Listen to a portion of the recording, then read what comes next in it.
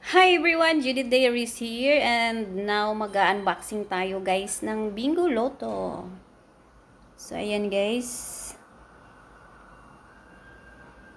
Bingo. So nahirapan akong mag-assemble nito guys. Ito yung numbers 1 to 90. Until 90 siya guys at meron siyang card. Ito yung card.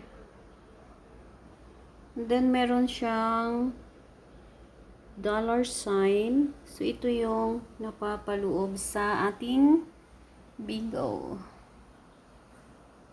Ayan.